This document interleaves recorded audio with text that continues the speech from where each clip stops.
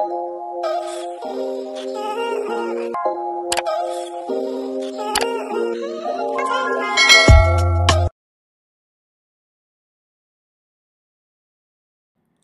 guys, nakapag-login na tayo sa ating SSS account.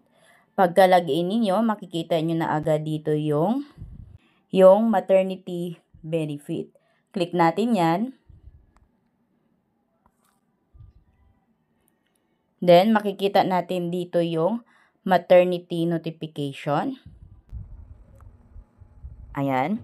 So, dito sa application ng maternity notification, dito sa expected date of delivery, click nyo lang tong month. Ayan. So, anong month nga ba kayo manganganak? So, halimbawa, manganganak kayo ng July 7 next year. Ayan. So, piliin nyo yung July. Click nyo yung July. Next naman is day. Click nyo yung day. Halimbawa, 7. July 7. Click nyo yung 7. Next naman is year. Kung halimbawa, July 7, 2025. Ayan. Piliin nyo yung 2025. Ayan. Then, dito naman, kung halimbawa, i-allocate ninyo ang inyong SSS maternity benefit.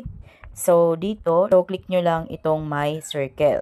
Then, ilagay nyo dito yung days, kung ilang days yung i-allocate ninyo, yung apelyido, pangalan, extension, at middle name. So, dito, ang inyo lamang pwedeng mapagpasahan or i-allocate ninyo yung SSS maternity benefit ninyo is ito, mamimili kayo sa relationship, child's father ba, or kaya alternate caregiver. So, ito guys is PASA leave, kung kaya kailangan yung child's father or alternate caregiver is dapat employed. So, yan yung requirements. Kailangan employed dahil yung maternity leave ninyo, ipapasa nyo doon sa employed na child's father ninyo or alternate caregiver.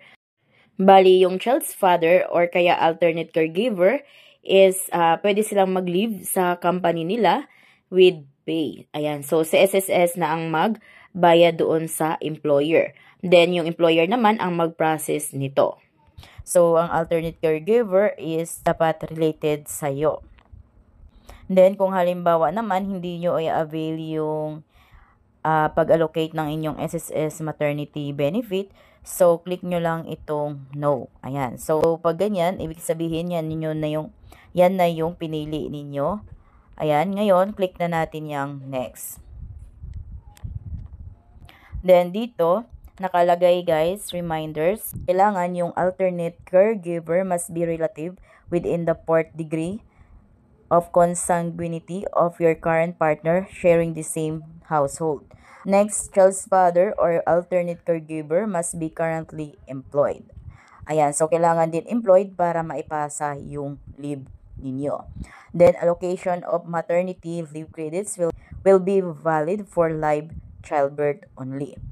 So, of course, kailangan buhay ang baby ninyo para ma-avail nyo itong PASA leave or pag-allocate ng leave. Dahil itong purpose ng PASA leave or allocation is para mabantayan nung alternate caregiver or child's father si baby. Ayan, mabantayan or maalagaan. Ngayon, dito sa may box, click nyo lang yan. Then, pag may check na, okay na yan, click nyo na itong next. Ayan, you have successfully submitted your maternity notification na. So, please take note of your transaction number. Ngayon, click na natin itong done. Ayan, nakapag-submit na tayo ng ating maternity notification. Ngayon, makatanggap naman tayo ng ganitong email mula kay SSS, Maternity Notification Submission Confirmation. So, andito yung you have successfully submitted your maternity notification to SSS. Then, ito yung transaction number ninyo. So, ngayon, dahil nakapag-submit na kayo ng SSS maternity notification ninyo, so, maghintay na lamang kayo ng inyong MAT2. So, sa MAT2 naman, kailangan na ng birth certificate ni baby. So, sa ngayon, dahil ito ay maternity notification, bali pinapaalam nyo lang kay SSS na kayo ay buntis.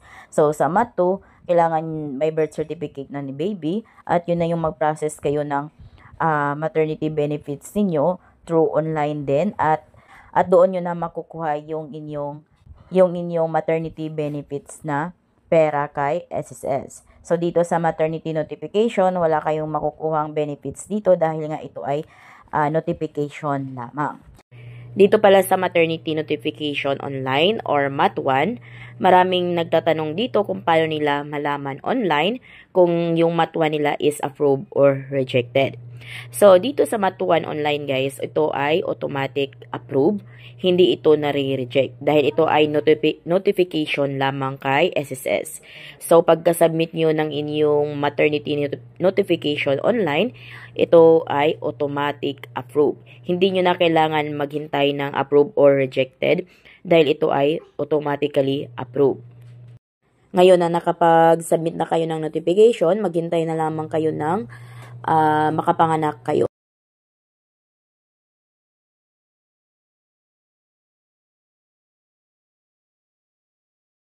Ayan, so nandito na tayo sa mismong SSS website. Kailangan nyo lang mag-login sa inyong SSS account. Lagay nyo lang yung user ID at saka password niyo, then click sign in. Ayan, nakapag-login na tayo sa ating SSS account. So, dito makikita natin yung maternity application. Click natin yan. Once na nalaman ninyo na kayo ay buntis, so dito kayo sa maternity notification or MAT1. Pag once na nanganak na kayo, may birth certificate na kayo kay baby, so dito naman kayo sa maternity application. Pag once naman na may mali sa computation ni SSS regarding sa nakuha nyong maternity benefits, kung halimbawa kulang, so dito naman kayo sa adjustment of maternity application. So, dito, application na tayo, important reminders. So, para ma-check ninyo or makita ninyo yung lahat ng klase ng documentary requirements for your maternity benefits. So, i-click nyo lang ito. Click natin yan. Ayan. So, ito yung mga list of document requirements. Ayan. So, check nyo na lang dyan yung kompletong requirements base depende sa inyong pagpanganak. Ayan. Then, dito, sa baba, so, dito, filing date must be within the 10 years. So, kung yung anak ninyo is hindi pa lagpas sa 10 years old, so, of course, pwede nyo pa yan i-apply for SSS maternity benefit. Ngayon, lagay na natin yung date of delivery. So, kailan nga ba kayo nanganak? So, halimbawa, nanganak kayo na 10 October 14, 2024. Ayan. Next is number of pregnancy. So, dito sa number of pregnancy, huwag kayong malilito dito. Kung ano yung nakalagay sa birth certificate ni baby na number of pregnancy, so dapat yun yung nailagay ninyo dyan. Halimbawa, pangalawang anak nyo si baby. So, lagay nyo dyan is 2. Then, click next. Ayan, then dito, type of delivery. So, dito kung buhay si baby, so, click nyo lang tong circle ng live childbirth. Ayan. Then, kung kayo ay solo parent, meron kayong solo parent ID, so, click nyo tong box ng solo parent. Ayan. So, dahil once na kayo ay solo parent, may additional maternity benefits kayo. So, mas malaki yung makuha ninyong benefits dito. Then, dito naman sa with allocated leave credits, ayan.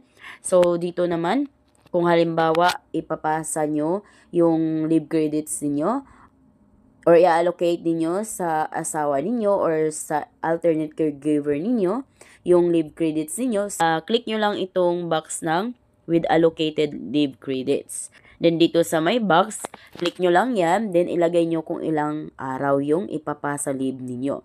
So, take note dito, hanggang 7 days lang yung pwedeng ilagay or araw na pwedeng ipasa leave ninyo. So, dito, para lang ito sa mga employed na child's father or kaya alternate caregiver. Then, kung halimbawa, hindi buhay ang baby ninyo, kung halimbawa, nakuna naman kayo, halimbawa naman, miscarriage, so, ang pipiliin nyo dito is yung circle ng miscarriage. Pag stillbirth or fetal death naman, ito naman yung pipiliin ninyo. Click nyo lang yung my circle. Next is the disbursement account. So, click nyo lang itong my circle ng disbursement account. Kailangan i-click nyo yung circle para yan yung napili natin. Dito naman, kung already separated from employment na kayo, so, click nyo lang itong my box. Ayan. Then, pag once nalagyan nyo yan ng check, dito naman kayo sa name of your last employment. So, click nyo lang yan. Ayan. Then, piliin nyo dito yung employer na last na pinagtrabahoan ninyo. Ayan. So, kung halimbawa, itong Robinson's Appliances, ayan, click natin yan. Ayan.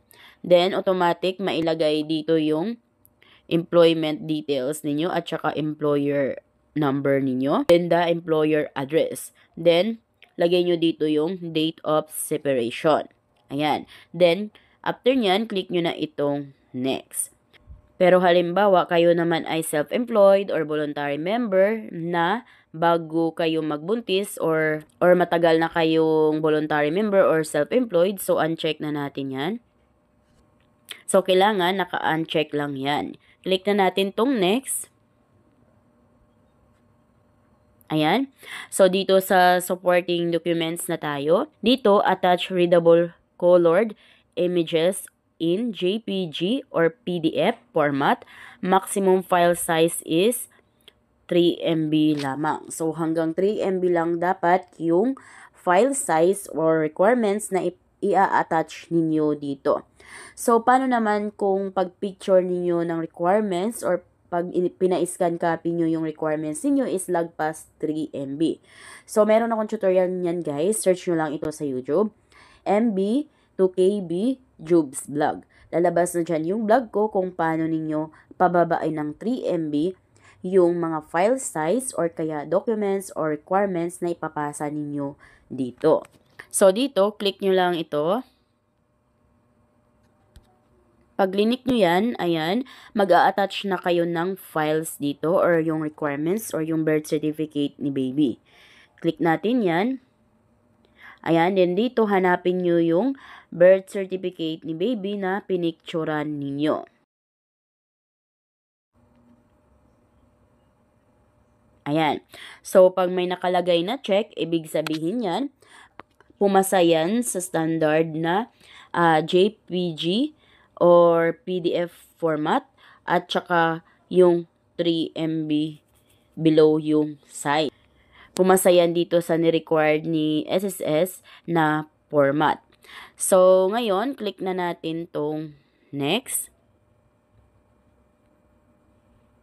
Then, dito, scroll nyo lang pababa.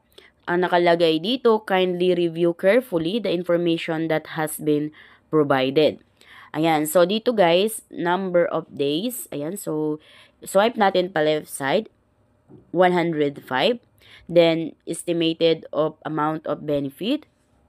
Ayan, 14,000 pesos. Ayan.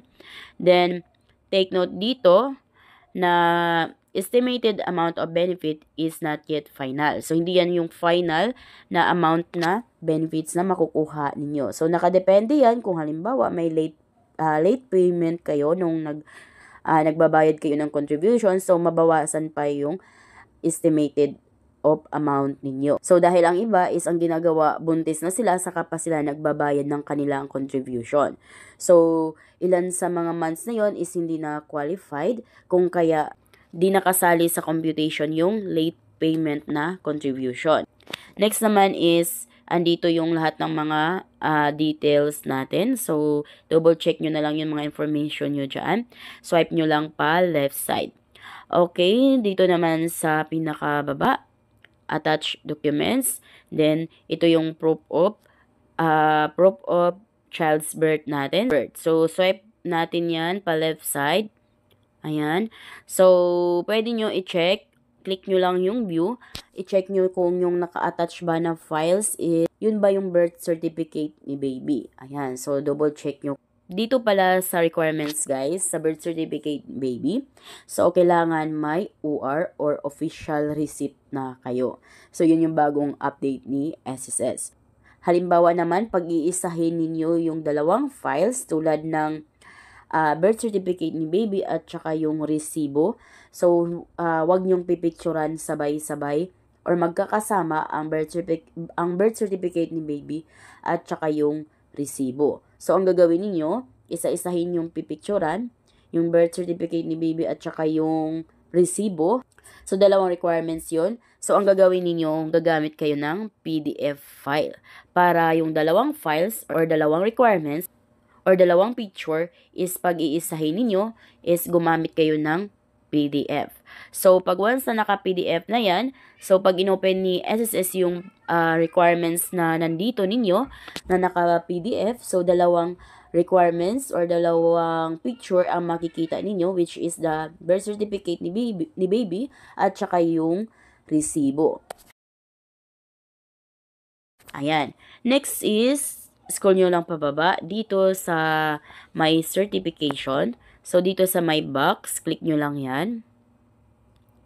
Ayan. Then, pag may check na, okay na yan. Ayan. Scroll nyo lang sa pinakababa. Ayan. Then, makikita nyo dito yung next. Pag once clinic nyo na yung next guys, lalabas na dyan yung you have successfully submitted your maternity benefits application. Then after nyo makapag-submit dito, mag-i-email din si SSS sa inyo ng you have successfully submitted your maternity benefits. Andun din yung inyong transaction number. So, ngayon, pag once na nakapagpasa na kayo, so, hintayin nyo na lang yung another email ni SSS kung approve ba ito or rejected. So, kung kayo bago sa aking vlog, please consider to subscribe para updated kayo lagi sa mga videos ko. Thank you for watching!